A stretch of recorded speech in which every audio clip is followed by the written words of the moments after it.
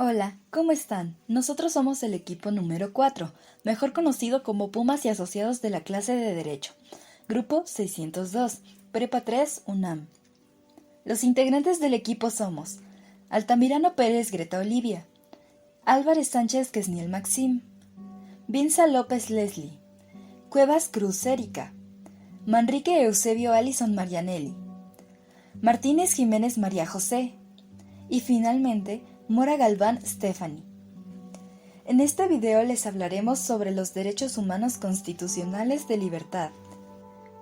Como bien sabemos, los derechos humanos son universales, indivisibles e interdependientes. Engloban derechos y obligaciones que nadie puede negarnos. No hacen distinción de sexo, lugar de residencia, origen, nacional o étnico, color, religión, lengua, edad, partido político, condición social, cultural o económica. Es el derecho de los seres humanos a ser iguales en cualquier área. La libertad abarca muchos puntos, sin embargo, se constituye como un ejemplo y un elemento en el cual se basa la existencia del ser humano y la sociedad en la que está integrado. Porque aparte de ser un medio en el que podemos comunicarnos fácilmente, buscando, compartiendo y recibiendo información, también nos permite regir nuestra propia vida sin afectar la vida y la libertad del otro, respetando la ley y el derecho ajeno. Nuestra Constitución se integra de 136 artículos y 2 subramas, dogmática compuesta por los derechos humanos constitucionales y orgánica como estructura y administración del Estado. De lo dogmático se destacan los artículos de igualdad, libertad, propiedad, legalidad o seguridad jurídica. En esta ocasión nos centraremos en los derechos de libertad, los cuales nos permiten actuar y decidir de forma autónoma, pero sin dañar a los demás. Estos derechos son mencionados en varios artículos y a su vez en múltiples de sus párrafos. Comenzaremos con el cuarto artículo, párrafo 2, el cual nos menciona que toda persona tiene derecho a decidir sobre el número y el esparcimiento de sus hijos, esto de una manera libre, responsable e informada. Las múltiples reformas del artículo resultan en un proceso de transformación total, pues pasó de ser el artículo dedicado a la libertad de trabajo a ser un verdadero catálogo, en constante ampliación, de los derechos sociales de los que deben gozar todos los habitantes del país. También tenemos el artículo 5, párrafo 1, en el cual se hace mención sobre que a ninguna persona podrá impedirse que se dedique a la profesión, industria, comercio o trabajo que mejor le convenga, esto siendo claramente lícitos. El ejercicio de esta libertad solo podrá prohibirse por determinación judicial, cuando se ataquen los derechos de terceras personas o por resolución gubernativa, dictada en los términos que marque la ley, cuando se atente contra los derechos de la sociedad. Asimismo, nadie puede ser privado del producto de su trabajo, a menos que sea por resolución judicial. De manera general, establece que dentro del ámbito de la legalidad, todas las personas tienen derecho a ejercer la profesión que prefieran, siempre que estén calificadas para hacerlo y no afecte la integridad de terceros. Las personas son libres para prestar sus servicios, por lo cual tienen derecho a recibir una justa retribución y no pueden celebrar contratos que desacrediten esa libertad. Continuando con el artículo 6, tenemos varios puntos por mencionar, iniciando con una breve síntesis que establece que, dentro de los límites de la legalidad, la moral y el orden público, todas las personas gozan de una absoluta libertad para expresarse. De igual manera, todas las personas tienen derecho a recibir información plural y libre a través de cualquier medio, así como también información de su interés que esté en poder de las autoridades y los organismos públicos. En lo que a sus párrafos 1, 2, 3, 7, 8, 9, 10, 11 y 16 se refiere, podemos encontrar que, en el primero, se determina que la manifestación de las ideas no será objeto de ningún averiguamiento judicial o administrativo, solamente en el caso de que ataque a la vida moral, a la vida privada, los derechos de otras personas, que provoque algún delito o altere el orden público, el derecho de réplica será ejercido en los términos dispuestos por la ley y el derecho a la información será garantizado por el Estado.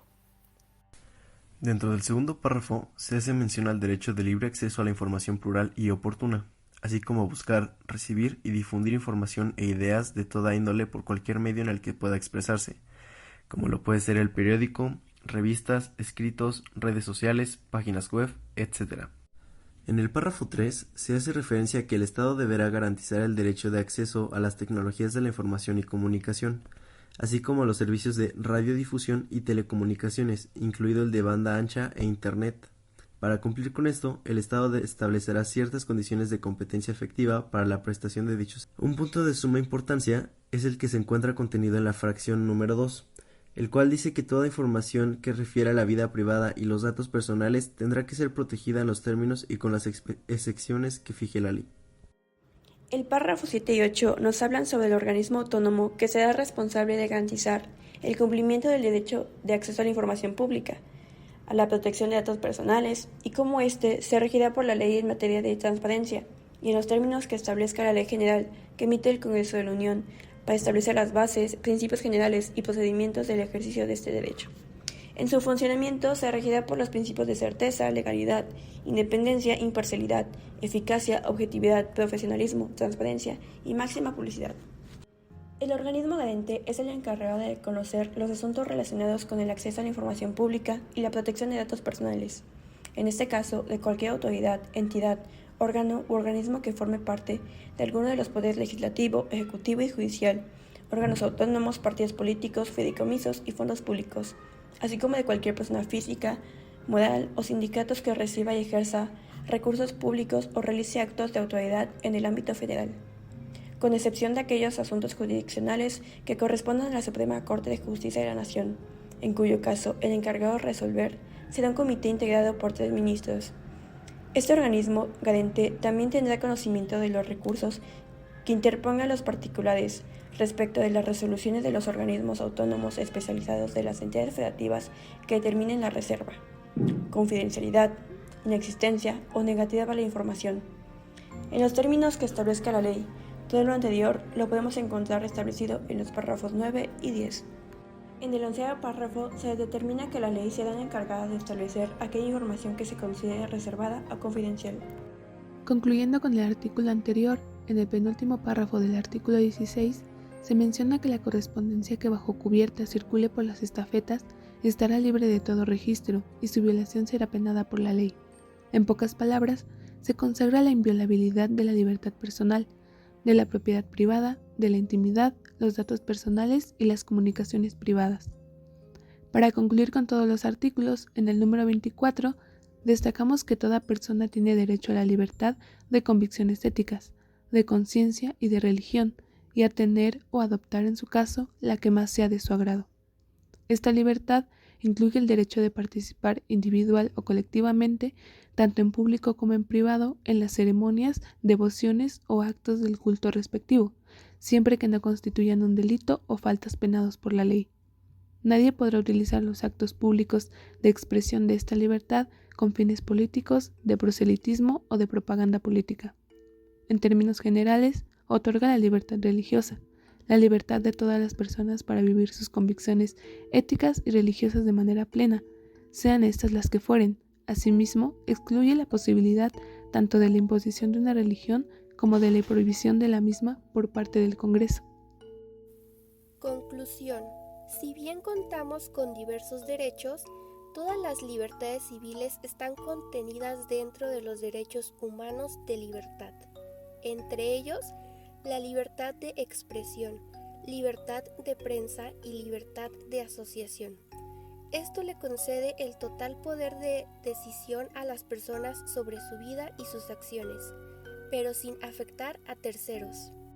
Así, podemos asumir que violar los derechos de libertad expuestos anteriormente consistiría en negar que la persona es dueña de sí misma y por lo tanto otra persona podría tener poder sobre otra o violar su libertad, algo que se ha visto en la historia como la esclavitud o derechos preferentes para individuos con características distintas a otro grupo. Es por ello que es importante que reconozcamos en qué artículos están contenidos estos derechos y así podamos identificar cuándo están siendo violentados. Gracias por su atención. Esperamos que este video haya sido de su agrado.